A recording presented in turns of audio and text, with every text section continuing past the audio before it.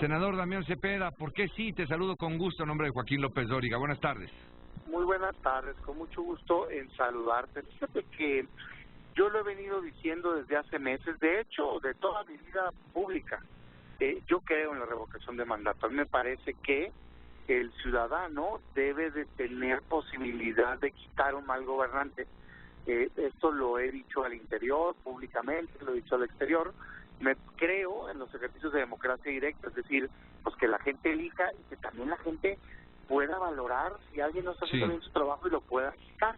Y me parece que la revocación de mandato lo que genera es un aliciente, es decir, una motivación para hacer bien tu trabajo. Ahora bien, fui una de las voces más duras y más críticas de cuando primero lo planteó Andrés Manuel, porque lo que él quería hacer era manipular la elección, quería hacerlo junto con la boleta electoral del 21, ayudarle a Morena, pedirlo él, en fin. Pero gracias al trabajo de muchos senadores y senadoras de distintos partidos políticos, tanto de oposición como del propio partido del gobierno, se logró corregir todo, y cuando digo todo es todo. O sea, ya solo lo puede pedir el ciudadano, lo organiza al 100% el INE, no coincide con la elección, queda prohibida la propaganda gubernamental, solo el Instituto Electoral es el que va a difundir. En la consulta popular queda prohibido consultar la prolongación del mandato, es decir, si hubiera estado esta ley vigente no se hubiera podido hacer la consulta en Baja California, por ejemplo. Entonces, creo que al contrario, con esta reforma se defiende mucho más el que la herramienta sea una herramienta que no se pueda manipular, y me parece que al final el ciudadano va a terminar empoderado. Qué bueno que el ciudadano pueda quitar a un mal gobernante estatal.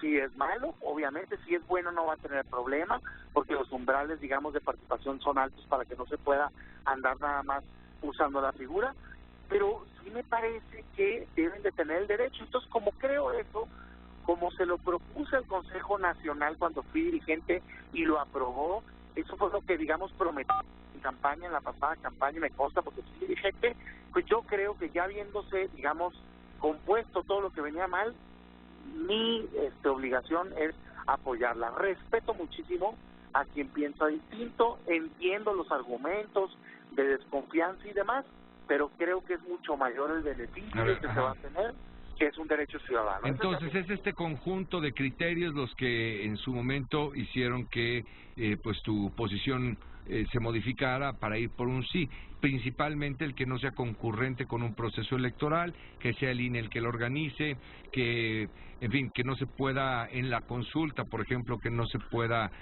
pues inquirir sobre la prolongación o reelección de mandato, todo esto. Ahora, Tú estás por el sí, y ya, digamos, senador, nos los has descrito puntualmente. ¿Qué elementos ves en aquellos que van por el no que pues te puedan merecer, digamos, al menos detenerte en ellos? Para tratar de tener las dos partes quizá en una misma voz que es la tuya. Mira, yo quiero ser muy cuidadoso, creo que tienen que hablar eso quien está en el no. Lo que yo escucho primero es una desconfianza, y eso la comparto, una desconfianza de incumplimientos constantes que ha existido de parte del gobierno. Simplemente yo lo que creo es que para eso ya se pusieron las reglas. Y te cito el ejemplo de Baja California. O sea, en Baja California dice exactamente la misma prohibición que dice a nivel federal actualmente. Dice que las consultas no pueden ser materia electoral. Pero ¿qué dijo el tribunal? Que no es materia electoral preguntar por la prolongación, y la hicieron.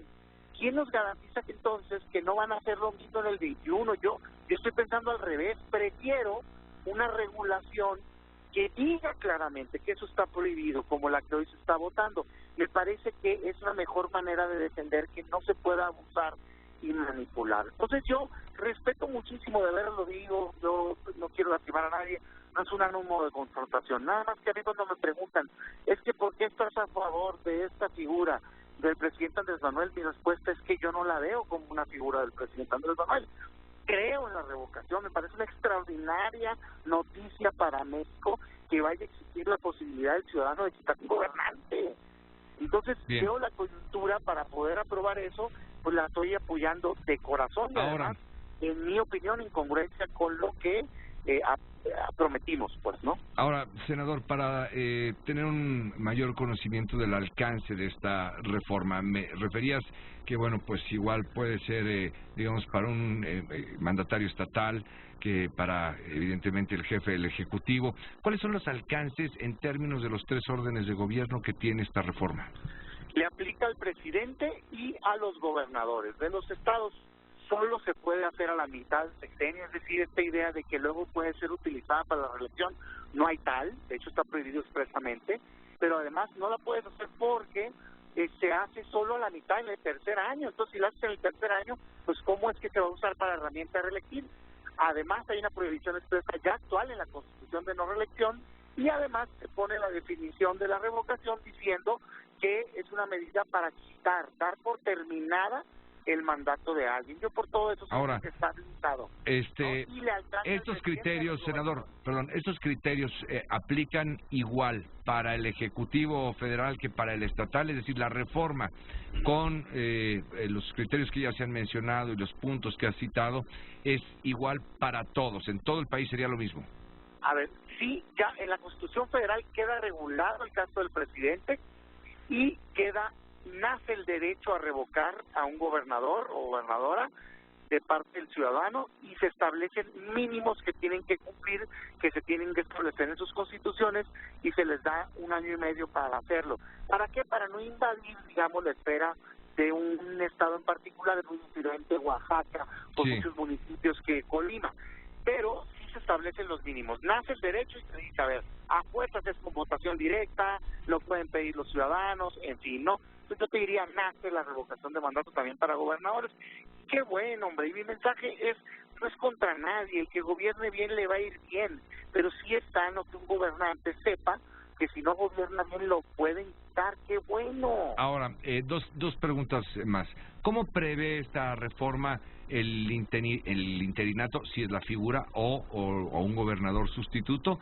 Esa es una pregunta. Y la otra pregunta es, una vez que se ha instaurado, ¿va a ser siempre? Es decir, ¿es un ejercicio democrático que se haría sí o sí, o nada más si existe una iniciativa para un trabajo de estos de revocación?